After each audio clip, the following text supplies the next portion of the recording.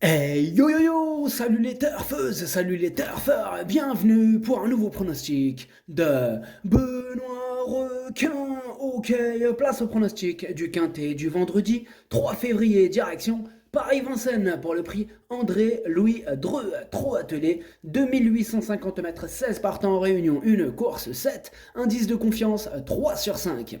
Petit retour sur le quintet du jeudi 2 février. Dans mon pronostic, je vous ai donné le tiercé en 6, le quartet en 6 et le quintet en 8. Ok, c'est parti, on commence le pronostic et on commence avec le numéro 1, Baltimora Lux. Et on écoute l'entraîneur Hansen, Eric Bondo. Baltimora Lux est partie au galop pour ses débuts à Vincennes. Elle est allée trop vite dans les raquettes. Elle n'a pas été déplaisante ensuite, elle a bien travaillé depuis, notamment mercredi matin.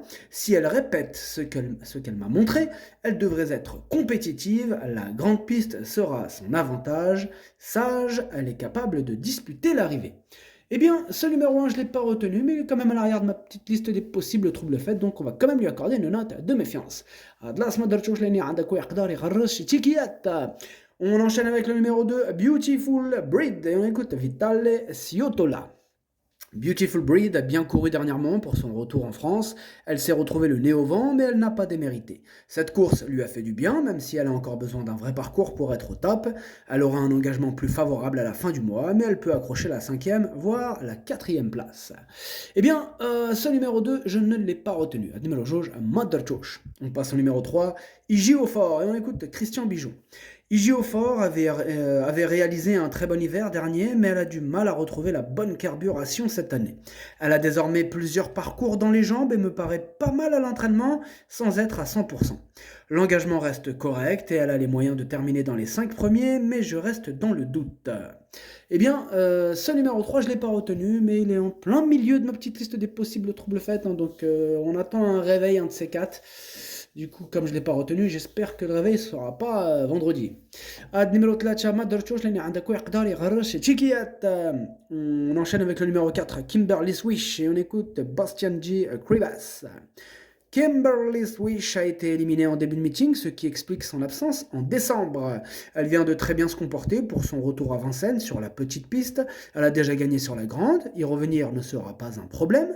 Elle est sur la montante, elle sera à nouveau pieds nus. Elle est compétitive pour la victoire à ce niveau.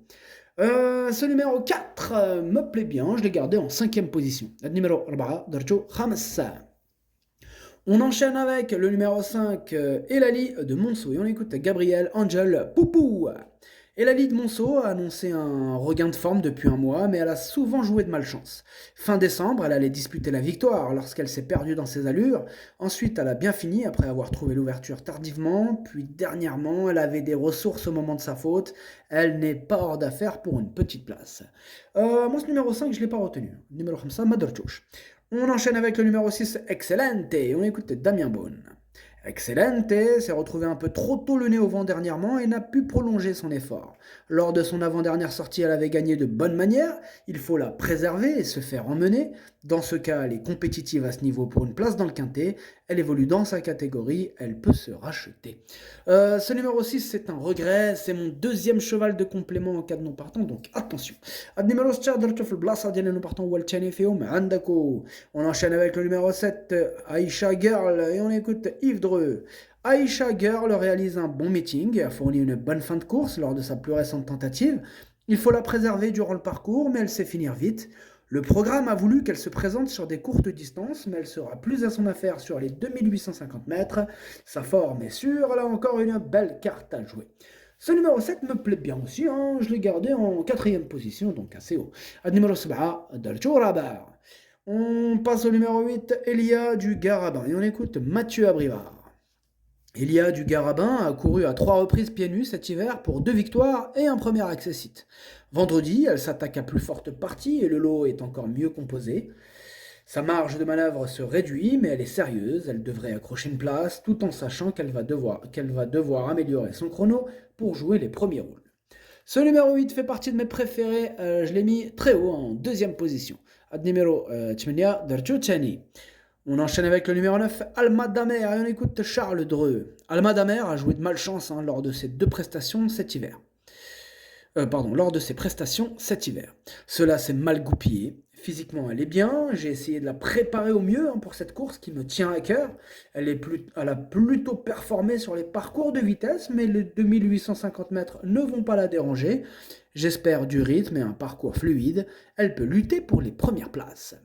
Ce numéro 9 aussi, je l'ai gardé très haut. En troisième position, il me plaît bien.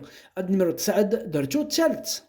On enchaîne avec le numéro 10, Bangladeshi. On écoute Alexandre Abrivard.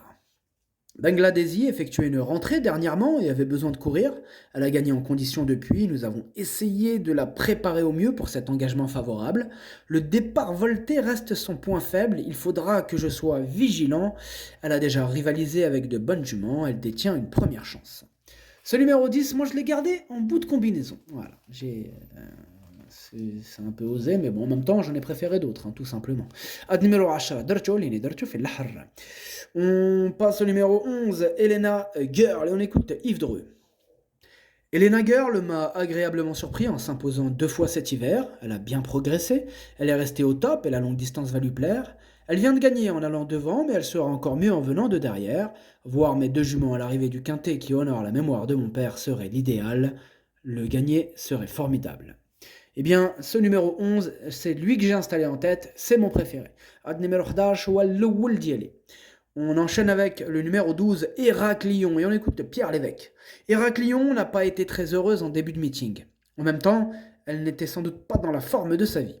Elle me paraît mieux désormais, elle a refait un parcours à Cordemais. Ici, elle descend de catégorie par rapport au lot qu'elle a déjà affronté.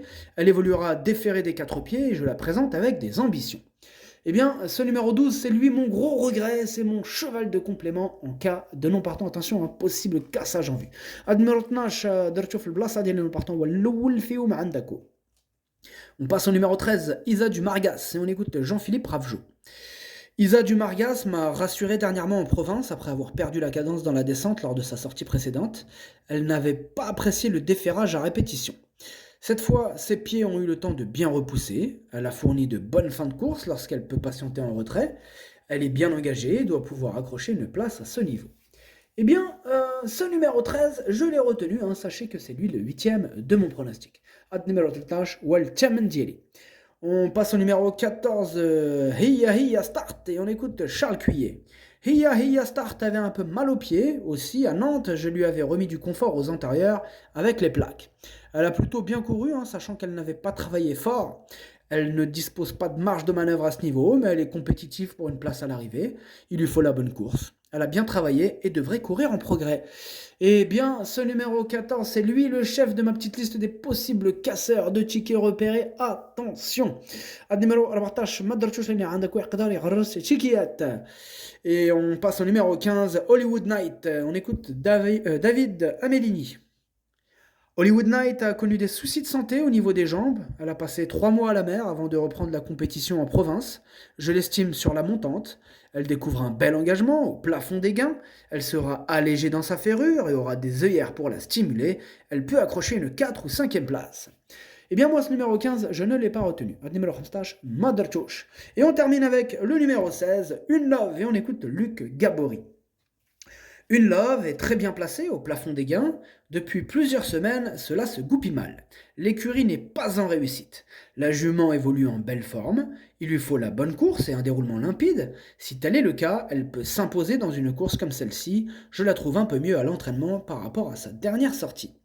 Eh bien, ce numéro 16, je l'ai gardé en bout de combinaison. Numéro stage, Dorcho Sabah. Le pronostic, ça donne 11, 8, 9, 7, 4, 10, 16. Merci d'avoir suivi cette vidéo. N'hésitez pas à mettre un pouce bleu si la vidéo vous a plu. Vous aidez ainsi grandement la chaîne. Pour accéder à tous mes tickets pour la course du Quintet, rendez-vous directement en description de la vidéo. À jouer avec modération. Bonne chance. Chopez-le moi. Ciao.